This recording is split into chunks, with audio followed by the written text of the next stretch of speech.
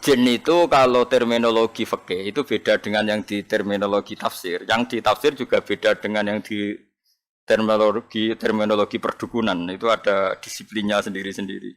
Jadi begini, Sulaiman itu mempekerjakan jin yang bisa iman apa jin yang setan tidak bisa iman? Enggak, sing mbok ilingi, sing mbok ilingi. Jin yang setan apa jin sing Aladin sing kena mbok kongkon? Aladin. Kalau dalam disiplin ilmu tafsir itu ada istilah satu nama itu bisa nama menjadi identitas, bisa nama disebabkan oleh satu unsur yang melekat pada dia. Terus unsur ini yang melekat kepada dia menjadi namanya. Ini bedanya jauh. Misalnya begini, ini contoh paling gampang. Kolbun, hati ini sampean bahasa Arab apa? Kolbun, kolbun maknanya apa? Hati. Kolbun itu mergo molak-malik. Wong Arab nak darani barang diwolak-walik jenenge di kolbun. Napa? Di kolbun. Jadi misalnya HP tak wolak-walik jenenge di kolbu. Nah, berhubung hati molak-malik darani kolbu. Nah, nama-nama seperti ini riskan pada konteks tertentu. Misalnya begini. Atine Rasulullah, atine para nabi, atine para wali kan gak pernah molak-malik, selalu konsisten dalam kebenaran. Karena nama itu hanya mengambil sekian sampel. Ya kaya hati-hatimu ini kan molak-malik. Nak pas dosa ya lali pangeran, nak pas nangis ya kaya lali dosa kumat-kumatan. Nah, ini kan enggak berlaku pada Rasulullah, pada para nabi, tapi ya tetap jenenge kolbun. Padahal tidak ngalami molak-malik. Keyakinannya ahli fikih itu kan ada manusia bisa iman kan? Ada jin bisa iman. Nanti ana surat napa? Jin. Ada setan, iso iman enggak setan? Enggak. Lalu setan ini kategorinya ikut jin apa manusia? Jin. Kok roh? Maksudnya misanane apa midone apa turunane wis ngono ae. Setan mbek jin hubungane iku turunan apa kanca apa misanan? Apa demenane orang mawon kok sembrono. Mergo ora tau akad nekane kawake apa setan mbek jin hubungane apa Mas? Enggak roh to ya? Nah itu problem kita. Nah, caranya ngorek problem itu adalah begini. Manusia dan jin sebagai nama identitas itu memang manusia bisa iman, jin bisa iman sebagai nama identitas. Tapi sebagai nama sifat darani setan mergo duraka ning pangeran. Manusa Allah nak duraka ya jenenge setan. Dan ini Quran pernah pakai istilah ini juga. Wa kadzalika ja'alna likulli nabiyyin aduwan syayatinal insi wal jinni. Setiap orang baik para nabi tak gawe duwe musuh. Musuh iku sayatinal insi wal jinni. Cek setan manusa, cek setan jin. Gayane ngaji di bodonan iku setan. Adol agama iku setan. Makanya kalau kamu punya perilaku setan kemudian kamu muni auzubillahi minasyaitonir rajim terjemahannya ya. Lagi rangennya biasa wae. Ini kan disiplin ilmu. Kayak asu lho, sing darane asu piye? Hewan tertentu sing begitu jenenge asu. Kadang ndak perilaku tertentu sing kelakuane ngono ya asu. Sehingga gerek wong ngakal wasu. Nah, itu risiko disiplin lughat. Mau ndak mau yang namanya bahasa itu enggak bisa menghindari itu. Sehingga zaman Abu Jahal urip, Kanjeng Nabi nak nyeluk ya Fir'aun hadil ummah. Fir'aun umat iki ya Abu Jahal. Kalau ada orang perusak Nabi riyen nggih nak duka nggih dajjal hadil ummah. Jadi si dajjal ya iki. Nama itu ada dua. Ada yang namanya ghalabat alaihil ismiyah, nama yang jati diri karena jadi identitas. Ada nama yang diambil dari satu dua sifatnya kemudian identik. Lah ini yang riskan rubah-rubah, nggih, riskan rubah-rubah. Kayak ini loh. Jin dan setan itu habitat yang berbeda. Tapi kadang setan oleh Allah disebut jin, tapi bukan dengan makna identitas, tapi makna sifat, yaitu makna unsur. Jin itu sesuatu yang enggak kelihatan disebut apa? Jin.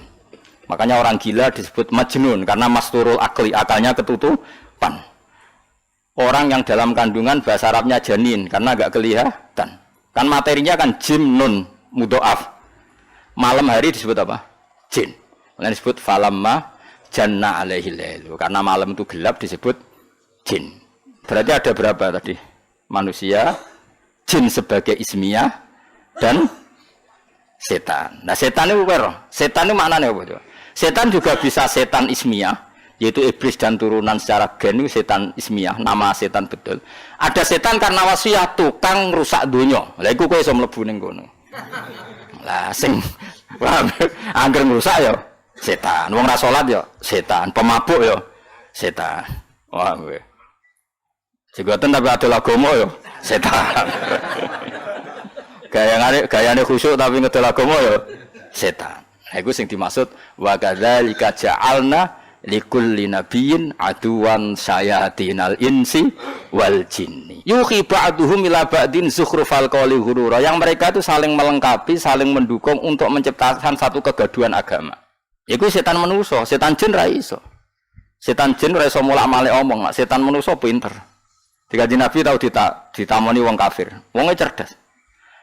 Mat nah ana wedhus mati sing mateni sapa mat. Nah kanjeng Nabi kan tiange lugu sae Allah. Agamamu aneh, mat. Sing dipateni Allah langsung haram, sing diliwat manusa kok halal. Kudune sing dipateni Allah langsung orisinil iku kudune halal. Lha Sayyidina Ali cerdas-cerdas wong. Iku perkara ora tau dibuli. Ali jae sikil mangkat sitok. Diangkat wis Sayyidina Ali. Gak angkat sitok pisan. Yo iso goblok. Ngono jare balam merah tok langit ke ngangkat sikil loro bareng ora iso. Wah, semane jare situ. Iku setan lha iku sing disebut wa kadzalika ja'alna likulli nabiyyin aduwan sayatinal insi wal jinni yuhi ba'duhum ila ba'din zukhrufal qawli ghurura. Mereka berlomba-lomba mutar alikkan agama sing daden agama iki kacau mok saking pinter-pinteran silat napa lidah. Kayak presiden nak prihatin, jare sing seneng presiden, wah bagus presiden, prihatin terhadap kondisi bangsa ini. Jare keras seneng, prihatin terus, gak dijawabane kan bingung, iku bingung. Sebenarnya sing darani bingung prihatin. Misalnya no presiden ngomong ini, cobalah carikan solusi bangsa ini. Kita rembukan bareng untuk cari solusi bangsa. Jare sing seneng, presiden tawaduk. Meskipun di otoritas penuh, untuk rembukan. Jare sing seneng, jare sing gedeng. Ini sing digaji untuk fasilitas jujur bukan barang-barang wong bingung yo. Bener di. Bener di. Hah?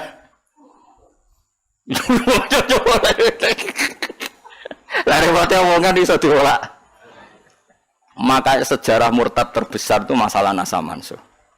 Di Kanjeng Nabi urung tahu diingkari sebagian wong koyok masalah nasa mansuh. Nasa mansuh itu satu ketetapan hukum kemudian direvisi oleh hukum yang lain. Yahudi sewenang. Akhirnya sahabat sing awam, sing enggak pati terpelajar diparani Yahudi. Delok wong sing mbok nut. Hukum kok digoda ganti, mergo dekne bingung. Yukhillu yaman wa yuharrimu ukhra. Saiki muni halal sesuk muni haram. Terus dadi masalah napa? Nasaman. Mulane ora ana tragedi murtad terbesar kaya peristiwa napa? Nasaman. Ben kira sejarah. Ya mereka mau, gara-gara pinter-pinteran ngomong yuriduna yudfi'u nurallahi biafahim bahwa agama ini akan dikalahkan oleh cangkem-cangkem elek sing memusnahkan atau mematikan nur agama ini. Lah repote agama itu sing khusyuk ra iso mikir. Sing nyerang iso bolak-balik lidah, sing khusyuk ra iso mikir. Akhirnya dia iso jawab. Makanya semenjak itu terus ulama mendefinisikan nasa mansuh itu begini. Inqidha'u muddatil ibadah. Nasa mansuh adalah habisnya masa napa? Ibadah. Memang masanya habis. Misalnya gini. Cah cilik bakal ngombe susu, kemudian wis tuwa dadi ngombe kopi. Itu nasa mansuh apa memang wis ra wayahe ngombe susu? Wis ra wayahe ngombe susu. Cah cilik dituntun, didulang. Terus suatu saat ora didulang. Terus kowe darani, "Ah wong tuane gak konsisten, dhisik didulang kok saiki ora." Wis tuwek bojo dulang. Nah, begitu juga nasa mansuh. Dulu Nabi itu lemah sekali di Mekah sehingga diharamkan perang. Ketika di Madinah boleh perang. Ya memang wayahe oleh. Dulu Nabi kon salat madhep Baitul Maqdis. Pancen wayahe kon salat Baitul Maqdis, setelah itu direvisi madhep Ka'bah. Ini bukan urusan evaluasi hukum enggak, tapi inqidha'u muddatil ibadah. Memang durasi itu sudah selesai. Ini penting saya utarakan. Karena kalau kamu nganggap nasa mansuh itu begini. Nasa mansuh itu jarang Yahudi. Muhammad punya ketetapan, barang jangan-jangan ngerti nek iku salah terus dirubah. Lha iku sing dicekokkan di orang-orang sahabat sing lemah sehingga dadi domur murtad. Mulane salah definisi, salah omong itu bahaya. Karena nanti engko dibolak-balik napa? Dibolak-balik. Lha iku disebut Wa idza badalna ayatam makana ayah terus dikai jumlah muqtaridah wa wau a'lamu bima yunazil. Niku ajane waqaf. Qalu innama anta napa muftar. Jika satu ayat ketentuannya diganti ayat yang lain, itu menjadi ajang orang-orang kafir mengkritik Muhammad. Dianggap nabi iku napa? Gawe ketetapan hukum terus getun atau ngevaluasi kemudian dirubah lagi. Lah itu sing dadekno murtad. Makanya kita tidak boleh mendefinisikan nasa mansuh begitu, tidak boleh. Saya alhamdulillah ngajar tafsir di mana-mana, termasuk ngajar di sekolah sarang itu saya berkali-kali, kamu jangan salah definisi. Kalau salah definisi itu repot. Itu tadi, nak mbok nasa mansuh adalah ibadah yang dirubah Allah karena satu maslahat. Kesannya kan Allah mengevaluasi. Mana mungkin Allah mengevaluasi? Allah sudah pirsa ning azali, nak kita akan ngalami seperti ini. Jadi gak perlu dievaluasi. Memang ada ibadah sing masanya selesai. Jadi ajane nasa mansuh nambah angan-angan biasa. Waya Ramadan ya poso, kok Ramadan entek ya ora usah poso kan selesai. Anyaran Islam karena lemah ya ora usah perang, sedigo modal apa. Bareng ini Madinah kuat kok dilarani ya perang. Kan ya normal wae. Susahnya apa nganalisis nasa? Cah cilik ya normalnya cilik digandeng. Bareng setuwek. Buarno jorokno, setuwek kok yo gandeng. Itu nasa mansuh apa normal? Normal kan? Nah, kita harus terlatih begitu untuk menganalisis nasa mansuh. Sebelum orang Yahudi Nasrani ngeritik Kanjeng Nabi, nasa mansuh jarene apa? Muhammad ragu terhadap apa yang dikatakan. Sehingga sering melakukan revisi hukum. Nah, itu terus dadekno saya qulu sufaha'u minan nasi ma wallahum an qiblatihim allati kanu napa? Alaihi.